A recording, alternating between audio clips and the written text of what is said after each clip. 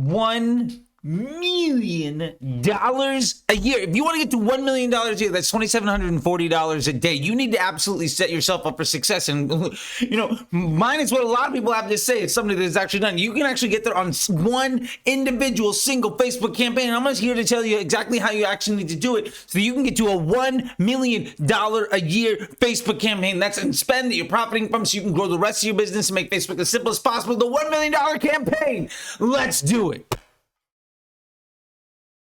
So first off, I want to say thank you for paying attention this far.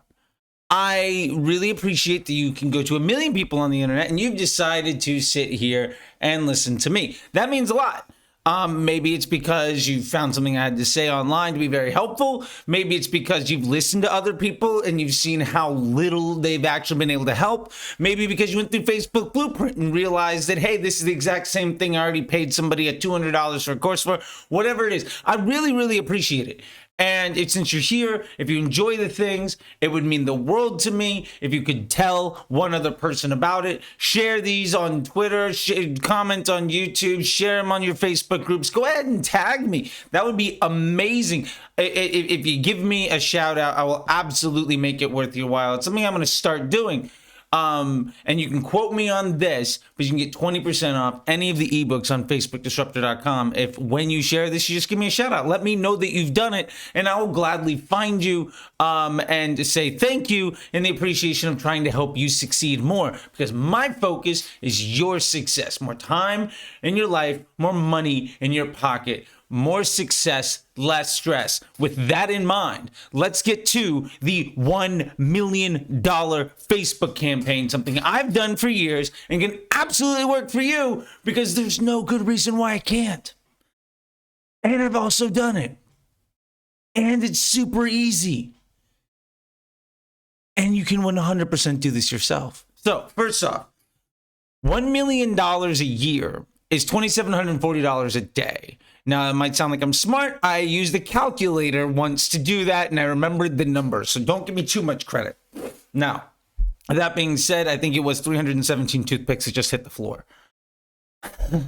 So, first off, the $1 million Facebook campaign. What we are doing is we are building a campaign built around creative testing of concepts at scale with dynamic elements, creating control ads, and running all of that against broad inside of a single container and getting that to a $2,740 a day budget, which I'm going to be very clear to start off with. If you're at $200 a day and you do not have the budget to go to $1,000 tomorrow, this is probably not going to work for you. There are plenty of other things, but if you are at the $1,000 or $2,000 a day level right now and you want to simplify things and give yourself hours of every week or every day back while also getting better, this is absolutely for you. If you are spending $5,000, $10,000 a day and you would like to get at least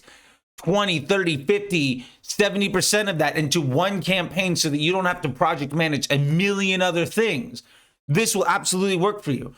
I've also done this in accounts where we're spending $20,000, $30,000, $50,000 a day. And I'll be honest, I had $1 million a month run rate with this type of campaign before. So it absolutely works. This is not just for beginners, but this can absolutely put you and your successful big business over the top. Or your growing business. It's big to you. So the first thing that we need to understand, one of the core elements of this campaign is we are going to use dynamic creative. Now, anybody that tells you to test your creative outside of dynamic creative has no clue what they're talking about. Tag me in anything that they do and I will correct them because they are at least 3 years behind best practices. Next, what we are going to be doing is making sure that those dynamic creatives are small enough for us to take action on. If you've got 10 images in your dynamic creative, are you sure that the one that got all the spend is the right choice or the wrong choice? Is it because it got a click early on? What about the thing that got 80 cents of spend in the last $1,000? Is that a bad idea? Do you even know? The answer to all of that is absolutely no fucking clue. So you got to make them simple. You have to reduce the amount of options and variables by element.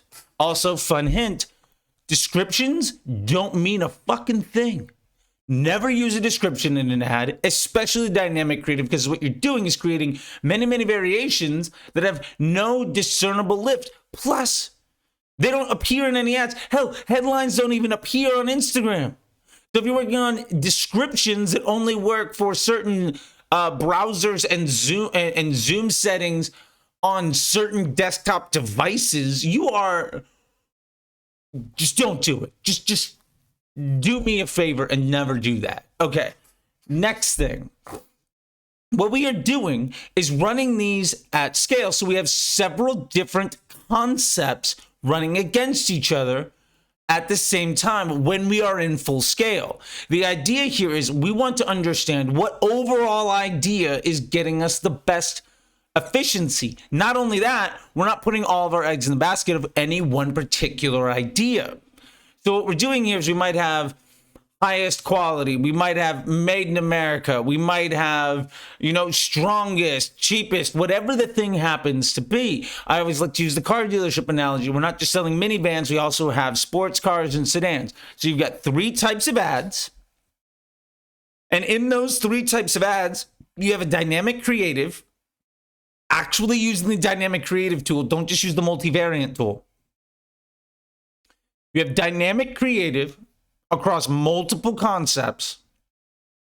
I generally prefer 3 is a great place to start because you don't spread yourself so thin and you're able to maximize the level of insight. Now, this is obviously based around your CPA and your budget.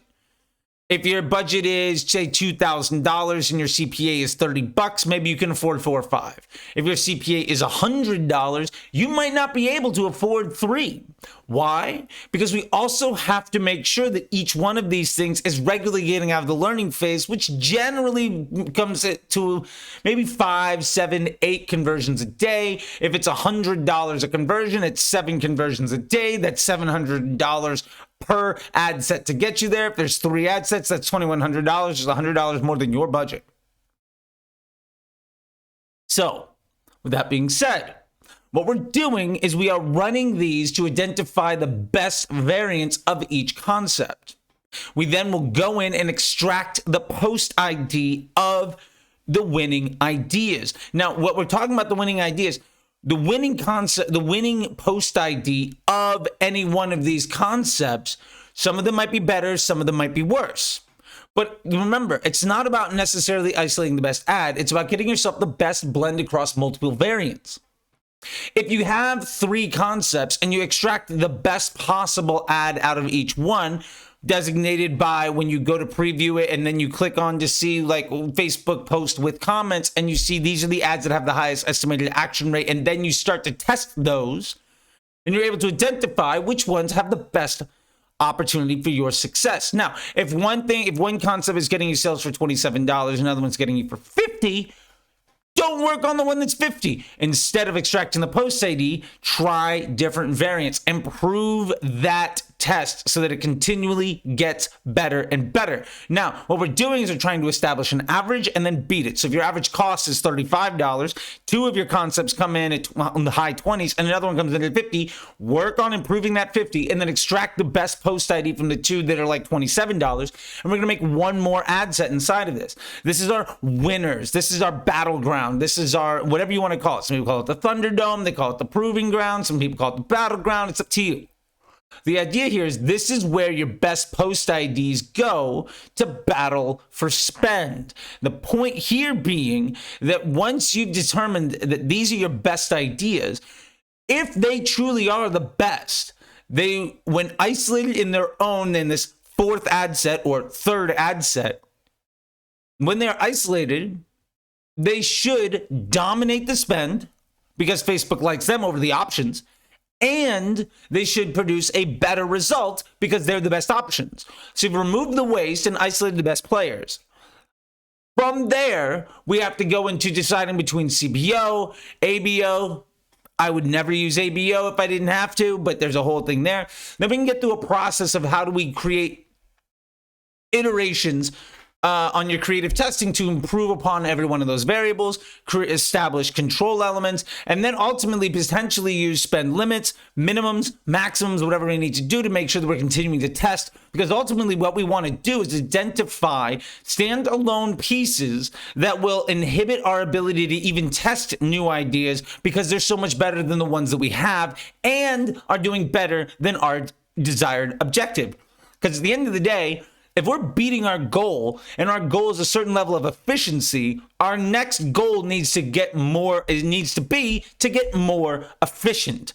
All we are doing is playing an efficiency game. If you get more efficient, you get more bang for your buck. More bang for your buck means you have a higher profit per sale. A higher profit per sale establishes a margin in which you can increase your spend so that you can eventually scale the volume of your investment alongside of the volume of your return, which will reduce the overall efficiency of your investment, but ultimately improve everything down the line. Now we need to get into a game of understanding what is the allowable CPA, benching against LTV and frequency of purchases, but that's on a whole other thing that we don't necessarily need to get to right now. What I'm giving you right now, though, is a rough blueprint on how you can have one Facebook campaign that easily spends $1 million a year. Easily.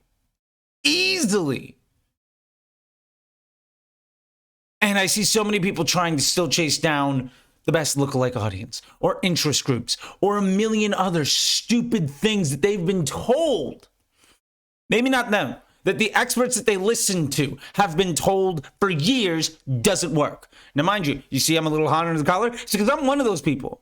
And I've legitimately gone to conventions where people have quoted my work. I remember one time, never meet your hero, so this will be the last thing.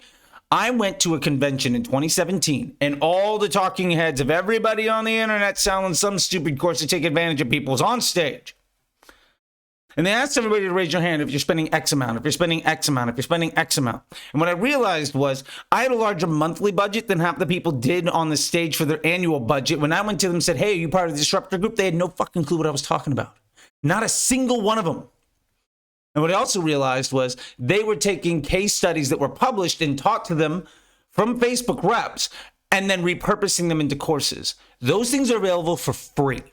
So with all that being said, you're probably not hearing this from everybody because they haven't been paying attention for years. And it'll probably come around because they're not able to use delayed attribution to take credit for everybody's work anymore. Because they're not going to be able to use really shitty lookalikes because the value of really bad data isn't going to be there. Ultimately, what's going to come down to is respecting your customer, making a good ad, and working with your vendor and your partner, in this case, Facebook, to deliver the best possible opportunity for success. That is dynamic creative against broad in a very simple campaign, optimizing for efficiency. That's your path forward.